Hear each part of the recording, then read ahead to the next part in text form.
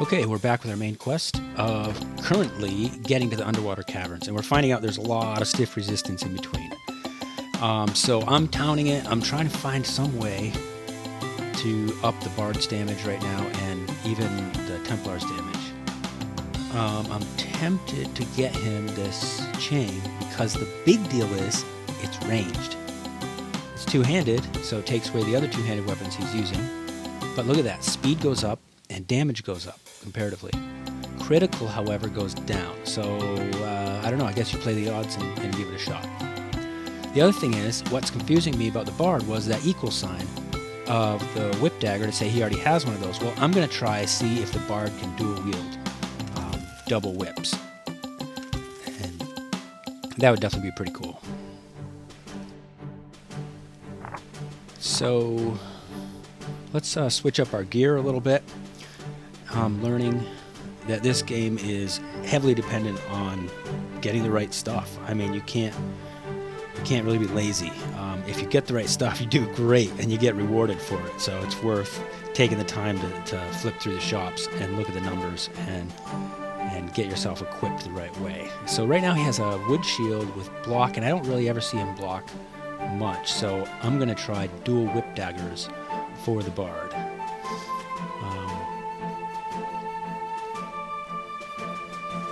Let's see. Oh, and it occurs to me why the Mystic was immune to that attack earlier in the end of the last video. She has the release ring, so I need to equip everybody else with those things. That's pretty critical. It looks to me in this zone, in the upcoming few zones, and up to the underwater sunken caverns, whatever they're called, you simply have to have them. You will just be stunned and killed. You got to have the right tools for this job. The other thing is, I'm going to slide the Mystic to the back row, which I just did a second ago, because she's just taking so much damage, and I'm willing to put up with the slightly less damage because she's going to cast a lot to heal, and also every once in a while shoot some offensive stuff. So let's run back out here and give some of this stuff a try.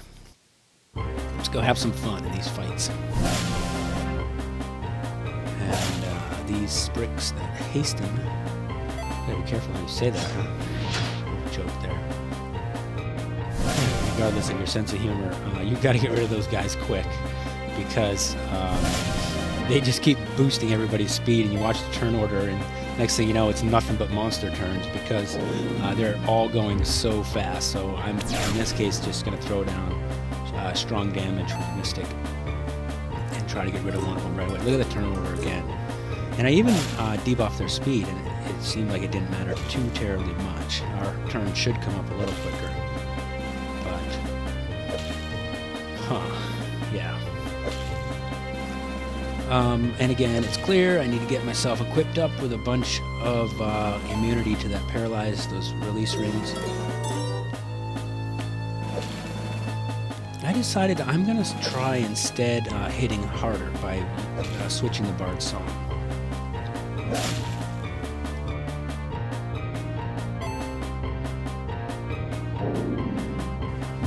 So her offensive stuff definitely puts down some damage, but it's expensive.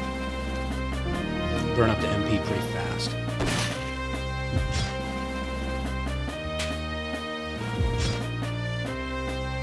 But still, look at their speed. Look at the turn counter. It's pretty much them again, and them again. So it looks like there might be some kind of opportunity with this game to utilize or even manipulate the speed counter. So that's a little thought. Something, an idea to play with, maybe with different party compositions or something like that.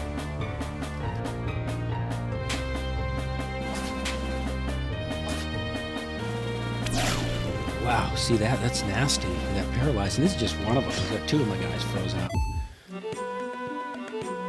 It's kind of nice that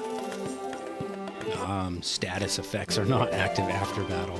I've played games like that before where you're still affected, you're poisoned or whatever, and you have a bit of tidying up to do after battle. Another party, the same thing. Roaming these woods. We know how to deal with these guys by now. Definitely got to get rid of the speed boosting guys first. Yeah, it's tough seeing you guys get paralyzed. I think the speed is the most dangerous thing. Because again, you can end up in a situation where you don't even get to go and you're just getting nuked like crazy. I wonder how far that goes, like how far it can be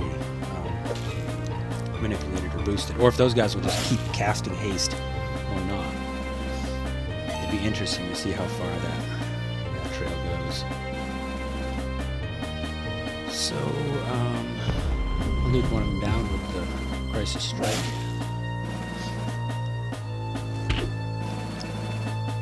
Templar's doing his job, jumping around, keeping people covered.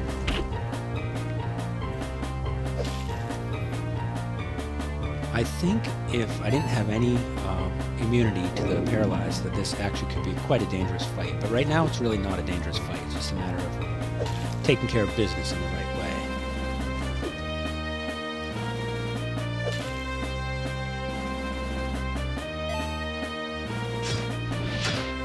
Looks like my Templar might need some more agility when I think of it.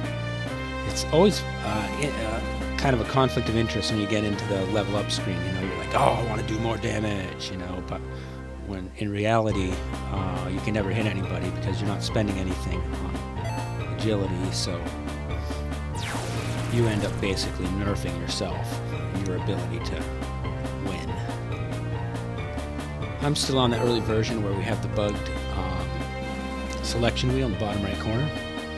I have figured out, though, if you're like ninja quick, you can spin it and hit the ability icon when it appears briefly.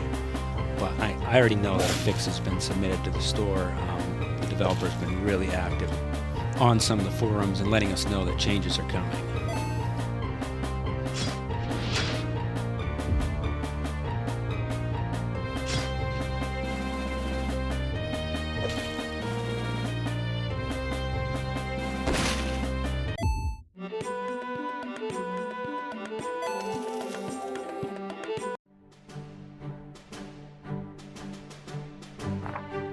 Okay, let's take a look at how our party's doing. We need some heal. MP is down on both Templar and Mystic. I could just probably hit the inn real quick instead of spending money on potions and stuff like that, but we can probably get another fight or so on the way back. Pick up a little more extra gold and experience. Have a little fun. Man, that blind is nasty too. I need to find something that deals with that. I guess I mean I have the Mystic and Cleanse. Also have Balm potions. That should take care of it.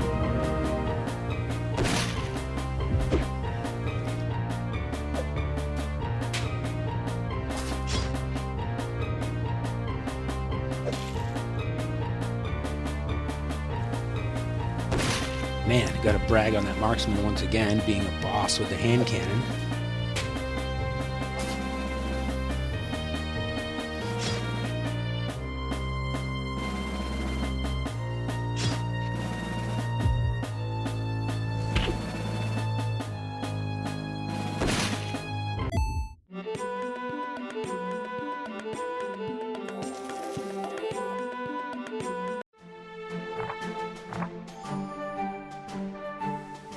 I'm like, oh, I should heal up. Nope.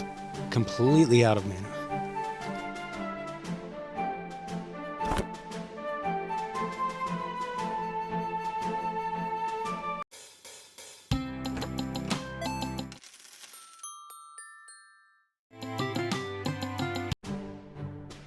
So we're all rested up and filled up again, and just grinding a little bit more gold so I can buy up some of the stuff I need. It's kind of like building up for a big expedition, you know, because it gets pretty nasty up there pretty fast. So we got to get ourselves some supplies. And these guys, I can take them out pretty fast.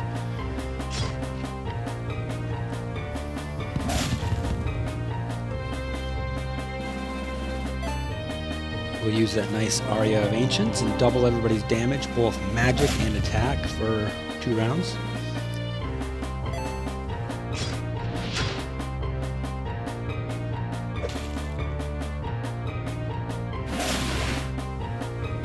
I guess the Mystic there was like, nope, I don't believe in getting blinded.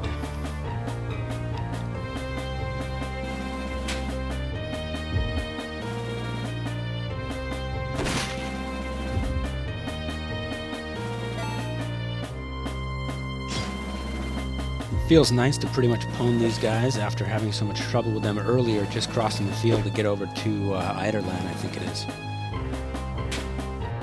And it turns out that the Bard is doing a really great job with his dual wielding. If you add up how much damage he did right there, that's a pretty strong attack. So, wonder if there's anything going on back of the tree. Nope. Elementalist is out picking berries or something. Actually, I guess that'd be more of a naturalist, wouldn't it? Doesn't she kind of seem like the herb lady or something like that?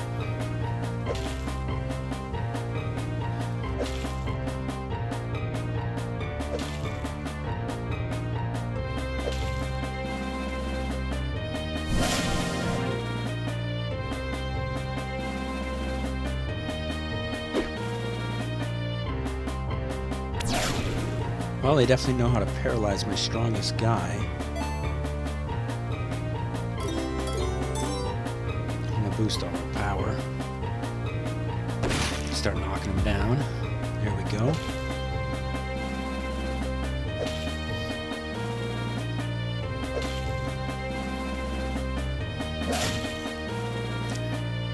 I've like got my whole party just hiding in the back row these days.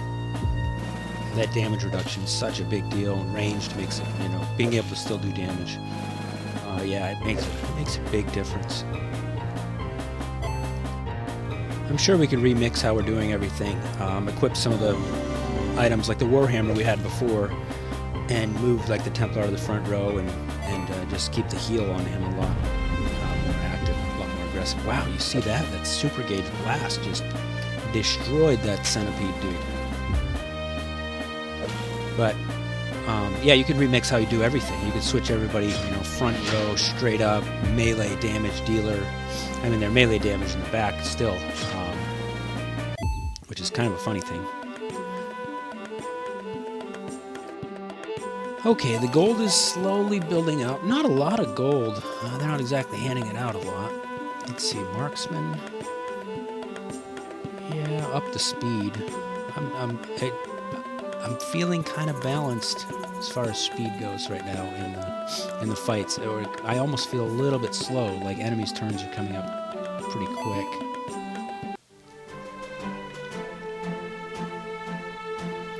But just a couple more, and we will have pretty much everything we need to load up and start a major expedition. And so this is basically just what it takes to gear up, get yourself ready, and just have a little bit of fun with stuff that's not too terribly challenging, because believe you me, there's some challenge coming.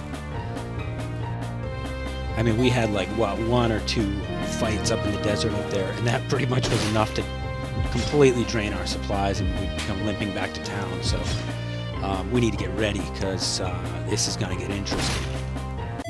And man, I didn't realize that there was such a brutal desert to cross just to get to the underwater, or the sunken caverns.